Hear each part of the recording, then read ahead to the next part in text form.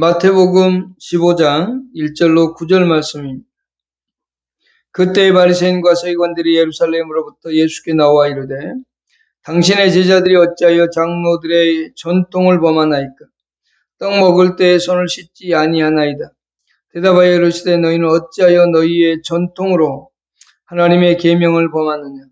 하나님이 이르셨으되 내 부모를 공경하라 하시고 또 내 아버지나 어머니를 비방하는 자는 반드시 죽임을 당하리라 하셨거늘 너희는 이르되 누구든지 아비에게나 어머니에게 말하기를 내가 드려 유익하게 할 것이 하나님께 드림이 되었다고 하기만 하면 그 부모를 공경할 것이 없다여 너희의 전통으로 하나님의 말씀을 폐하는도다.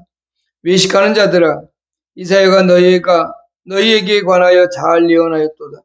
일러스되 이 백성이 입술로는 나를 공경하되 마음은 내게서 멀도다.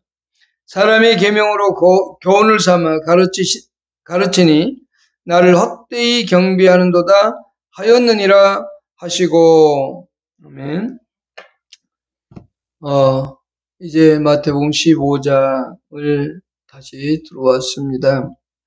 마태복음 15장 오늘 말씀을 통해서 우리가 배우고 싶은 것은 율법의 참된 정신과 계명을 가르치시는 예수님이라는 제목으로 말씀을 듣고자 합니다.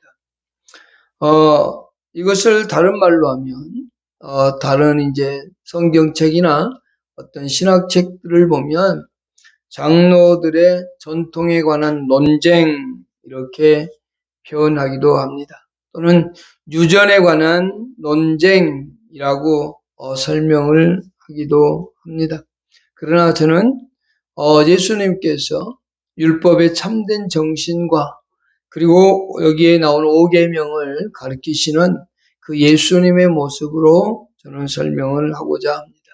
논쟁이라는 것보다는 예수님의 가르치심이라는 제목으로 말씀을 드리고자 합니다. 마태복음 15장에는 예수 그리스도의 다양한 성품과 그리고 사역들을 이렇게 발견할 수 있습니다. 첫 번째, 예수 그리스도는 참된 율법의 정신과 하나님의 계명을 가르치시는 어떤 선지자, 그리고 학자의 모습, 교사의 모습을 보여주고 있습니다. 두 번째는 또 수많은 병자들을 치료해주는 의사로서의 모습 또한 마태복음 15장에서 보여주십니다. 그리고 잃어버리고 양을 찾으시는 그리고 보호하시는 목자의 모습도 예수님의 모습 속에 나타납니다. 또한 예수 그리스도는 사악한 심령들을 심판하시는 하나님의 대행자로서의 모습 또한 15장에서 보여주고 있습니다. 그로 말미암아 마태복음 15장은 예수 그리스도의 다양한 성품과 사역들을 볼 수가 있습니다.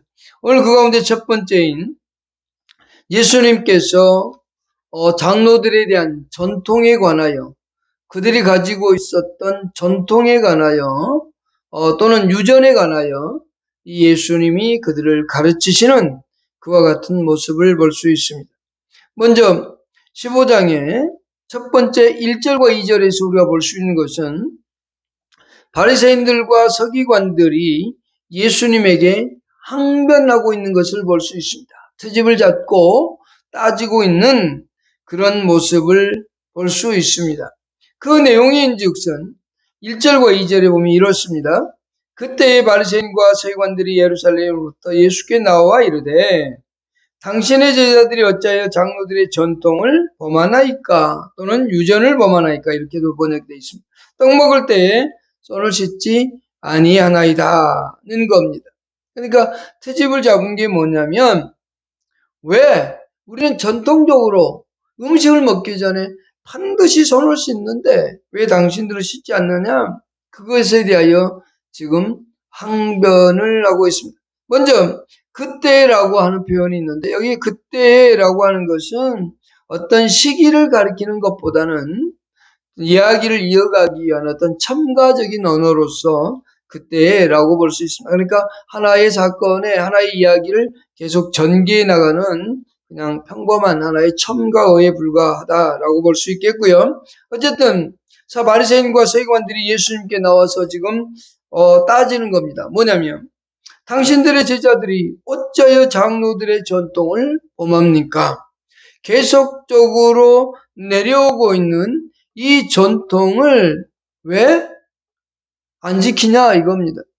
다른 곳에서는 사람의 전통 또는 조상들의 전통이라고도 이렇게 설명하고 있습니다. 그러면 그들이 말하는 전통이라는 게 뭐냐? 여기에 대해서 마가는 이 부분에 대해서 잘 설명해 주고 있습니다. 이 사건에 대해서는 마태와 마가만 설명을 하고 누가와 요한은 설명하지 않는데 마태복음 7장 2절로 4절에 보면 잘 설명해 되어 있습니다. 그들이 말하는 전통이라는 건 이렇습니다. 그의 제자 중 몇 사람이 부정한 손, 곧 씻지 아니한 손으로 떡 먹는 것을 보았더라. 바리새인들과 모든 유대인들은 장로들의 전통을 지켜 손을 잘 씻지 않고서는 음식을 먹지 아니하며 또 시장에서 돌아와서도 물을 뿌리지 않고서는 먹지 아니하며 그 외에도 여러 가지를 지켜오는 것이 있으니 잔과 주발과 녹그릇을 씻음이러라 이렇게 되어 있습니다. 그들은 당시 바리새인과 서기관들은 자기들이 만들어 놓은 전통이 있었습니다. 그것은 성경에 기록되어진 율법을 자기들이 해석하고 그것을 계속적으로 진행해 내려왔는데 이 전통이 정확한 해석이 아니라 자기들의 필요에 따라서 만들어 놓은 자기들에게 유리하고 자기들이 어떤 것을 지키기 위해서 만들어 놨는데 이것이 전통을 넘어서 종교적인 어떤 의식으로까지 강요가 되었던 겁니다. 그러니까 그런 해석들이 많았는데 그 중에 하나가 뭐냐면 음식을 먹기 전에는 반드시 손을 씻는 겁니다. 또 음식만 먹는 때만 아니라 밖에 나갔다 돌아올 때도 들어와서도 손을 깨끗이 씻습니다. 왜 씻느냐면 손을 씻지 않고 먹으면 그 더러움 자체를 내가 갖게 된다고 생각을 한 겁니다. 밖에서 묻어왔던 모든 때, 모든 더러운 것들을 내가 먹음으로 인해서 나 또한 더러워진다는 그런 생각을 갖고 있었습니다. 그러나 이것은 분명히 그들이 만들어 놓은 전통에 불과한 겁니다. 자신들이 그렇게 지켜왔기 때문에 당신들의 제자들도 반드시 지키라고 하는 겁니다. 이것은 성경에서 손을 씻지 아니하면 하나님이 너에게 벌을 내린다거나 그와 같은 건 없습니다.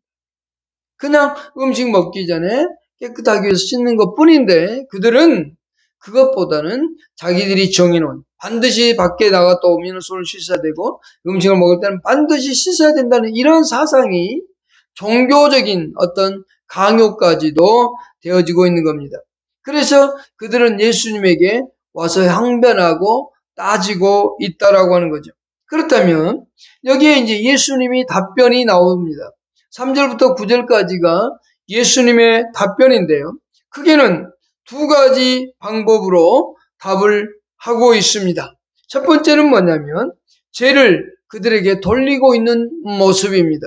그러니까 지금 제자들이 잘못한다고 바리새인과 서기관들이 와서 항변하고 따졌는데 제자들이 잘못한 것보다는 바리새인과 서기관들 당신들이 더 큰 죄를 범하고 있지 않느냐라고 얘기하는 거예요.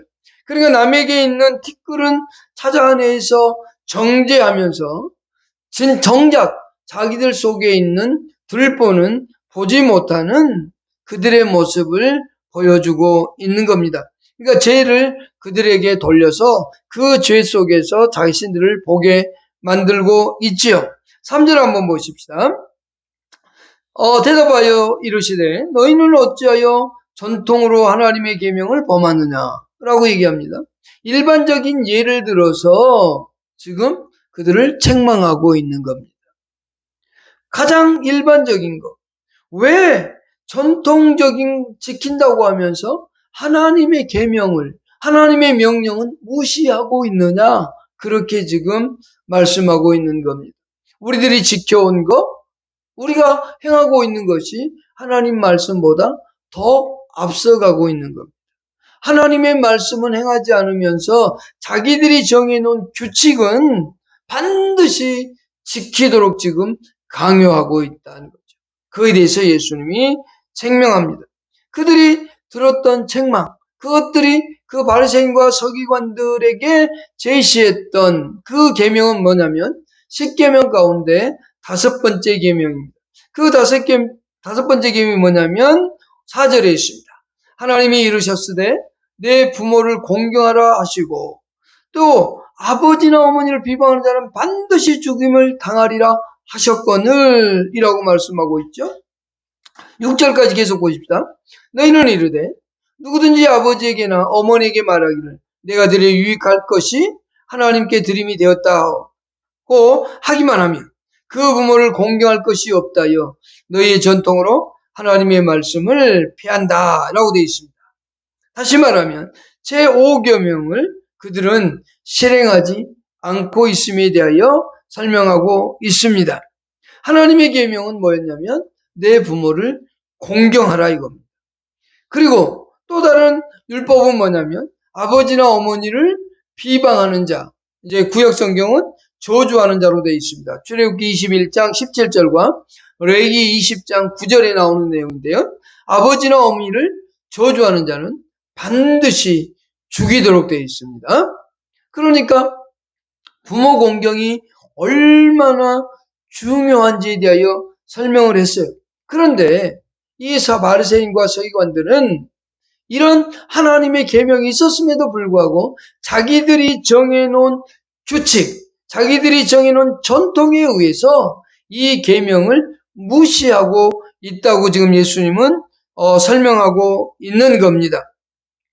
반드시 어미나 아비에게 저주하는 자, 비방하는 자, 죽이라고 돼 있다고 성경은 얘기합니다. 그런데 그들은 이렇게 말합니다.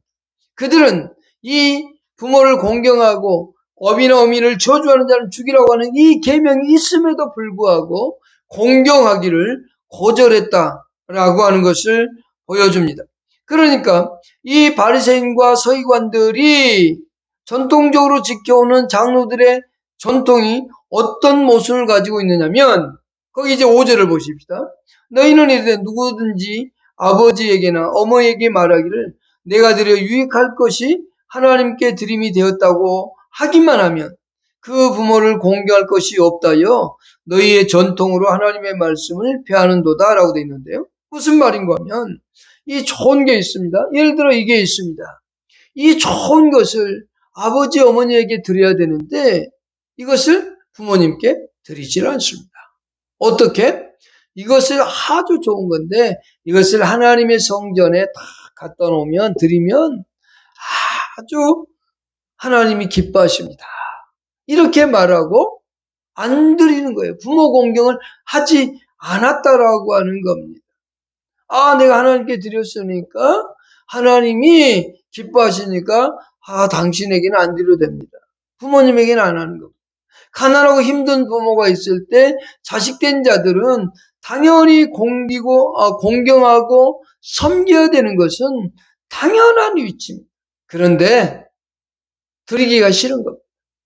그래서 뭘 만들었냐? 하나님께 드리면 그건 아무렇지도 않습니다. 제가 안 됩니다. 라고 하는 겁니다. 그러면서 부모를 공경하지 않고 있는 겁니다. 그랬더니 예수님께서 뭐라고 얘기하느냐? 너희의 전통으로, 그 전통으로 하나님의 말씀을 폐한다라고 되어 있습니다. 그들은 스스로 말하기를 하나의 좋은 변명거리를 만들었습니다. 좋은 것을 부모님께 드리기보다는 내가 갖고 있고 내가 취하고 싶은 욕심이 자식들에게 있는 겁니다.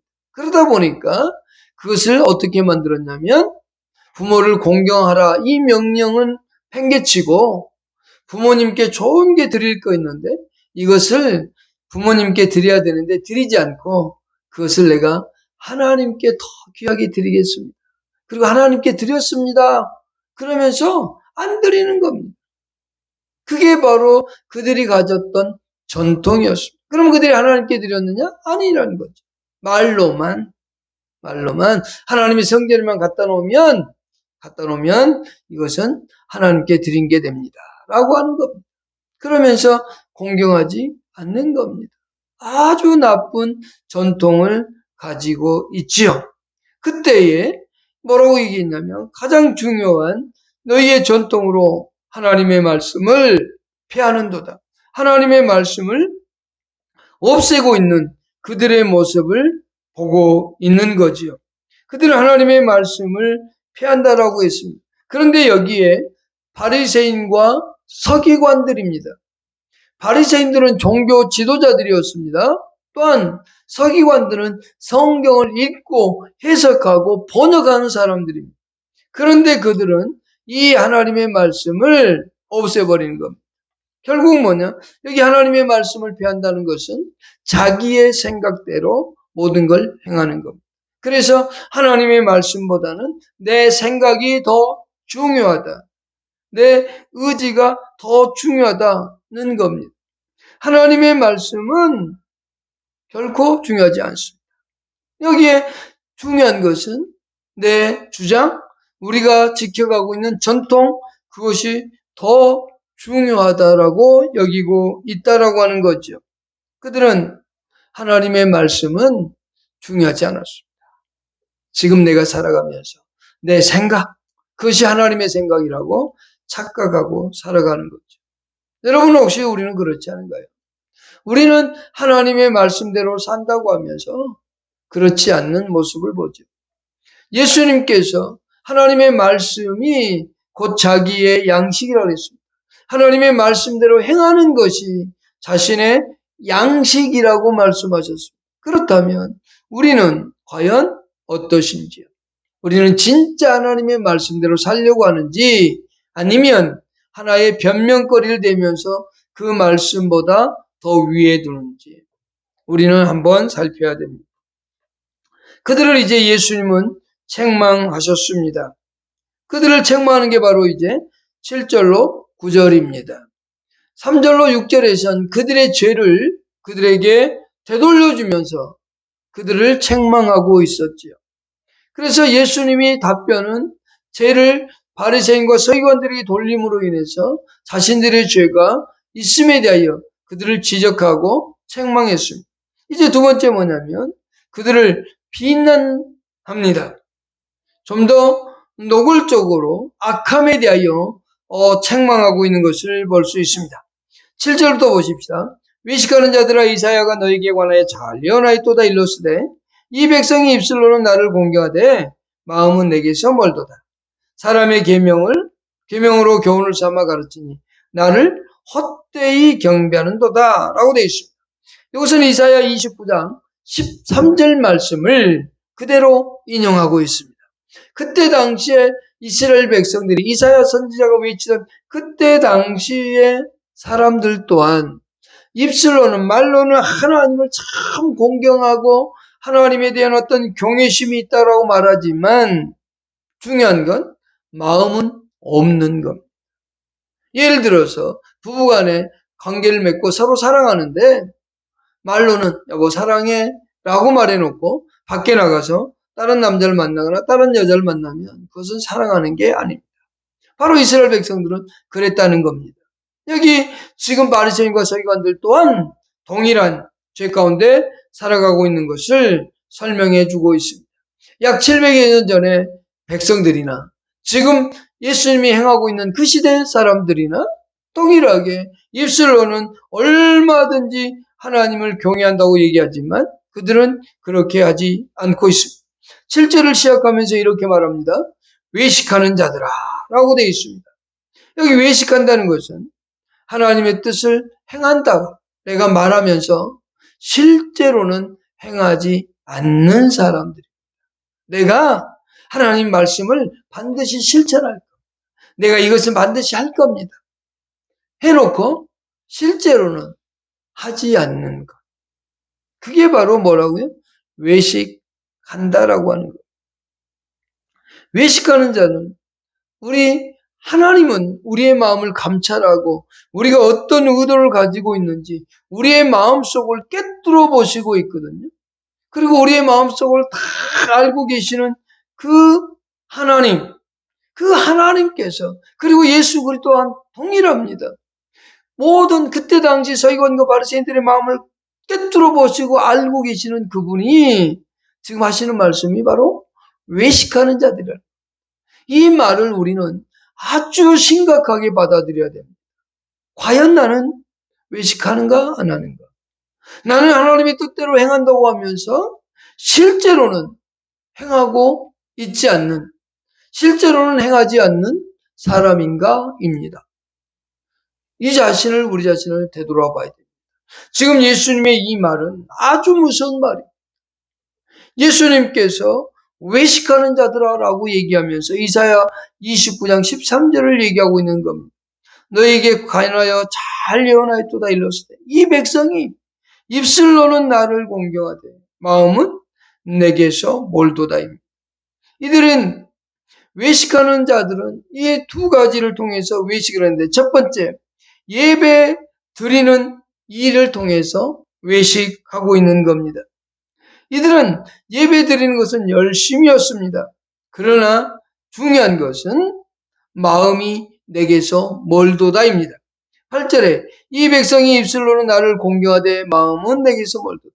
하나님 앞에 와서 예배할 때 찬송하고 기도하고 신앙을 고백을 하지만, 그러나 정작 중요한 것은 뭐냐면 마음이 없는 겁니다. 이것은 결국 뭘로만 한다면 자신의 입과 입술로 예배하면서 자신을 의지하는 겁니다. 자기의 입과 입술로만 예배하는 겁니다. 겉으로만 하는 겁니다. 마음은 다른 곳에 가 있어요. 이미 마음은 예배 시간에 와서 앉아 있는데 마음은 오후에 끝나면 어디 가야지, 뭐 해야지, 어떤 걸 해야 되지 하면서 마음은 이곳에 있지 않는 떠나버린 모습을 설명해 주고 있습니다. 그들에게 이렇게 말하죠.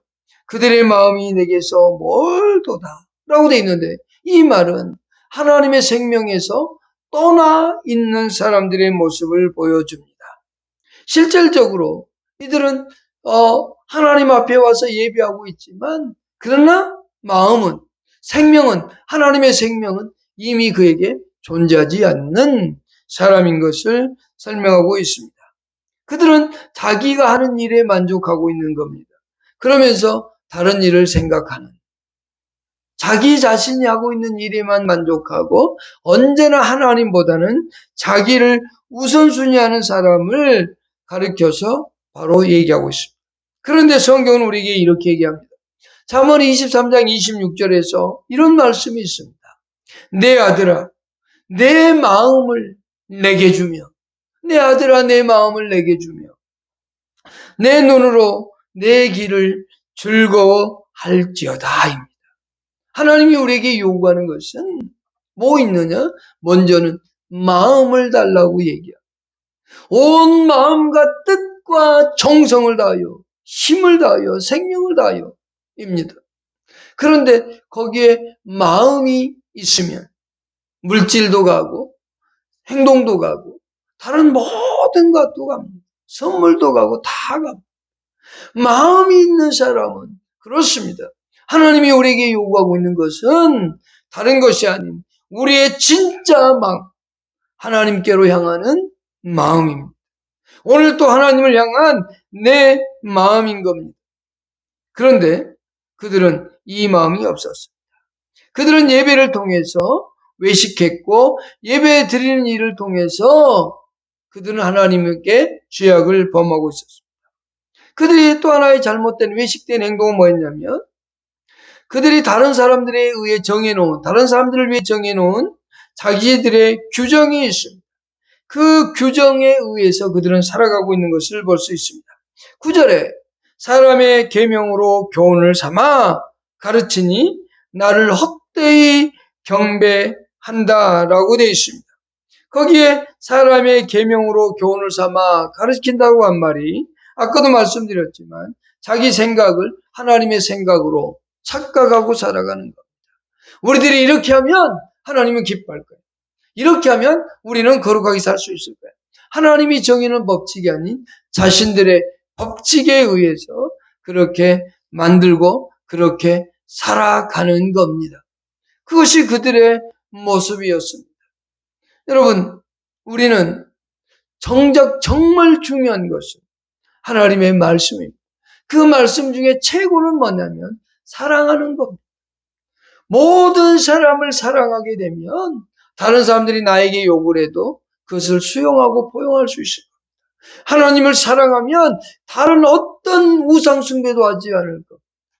그 어떠한 것보다 하나님을 최고로 여기게 될 것. 근데 문제는 뭐냐면 우리 마음속에 정말 하나님을 사랑하는 마음이 있느냐입니다. 그것이 정작 중요한 것. 여기 보십시다. 마지막 구절에서 이렇게 말합니다. 그들의 결론, 그들의 운명은 어떻게 될 것인가입니다. 사람의 계명으로 교훈을 삼아 가르치니 나를 헛되이 경배하는도다 라고 되어 있습니다. 그들은 하나님을 기쁘시게도 하지 못할 뿐만 아니라 자신에게도 유익되지 않는 그와 같은 삶을 살아가고 있는 모습일 뿐입니다. 우리가 하나님 앞에서 성령과 진리로 예배하지 않고 드리는 모든 예배는 헛된 예배일 겁니다. 우리가 드리는 기도 아무 생각 없이 마음을 쏟아놓는 기도가 아닌 그저 입술로만 말하는 기도는 헛된 기도일 겁니다. 예배할 때도 찬송할 때도 아무 생각 없이 하는 찬송은 헛된 찬송이 될 수밖에 없습니다. 우리는 진실로 하나님 앞에서 남을 정죄하기보다는 먼저 하나님을 사랑하고 하나님을 경외하는 믿음의 사람들이 먼저 되어야 된다는 게 우선순위입니다. 저와 여러분은 하나님을 사랑하십시오. 그리고 이웃을 사랑하십시다. 정죄는 우리가 할 게 아닙니다. 우리는 평생 살아가면서 하나님을 마음을 다해 사랑하고 이웃을 최선을 다해 사랑하며 섬기는 삶이 우리에게 필요한 겁니다. 기도하겠습니다. 하나님 고맙습니다.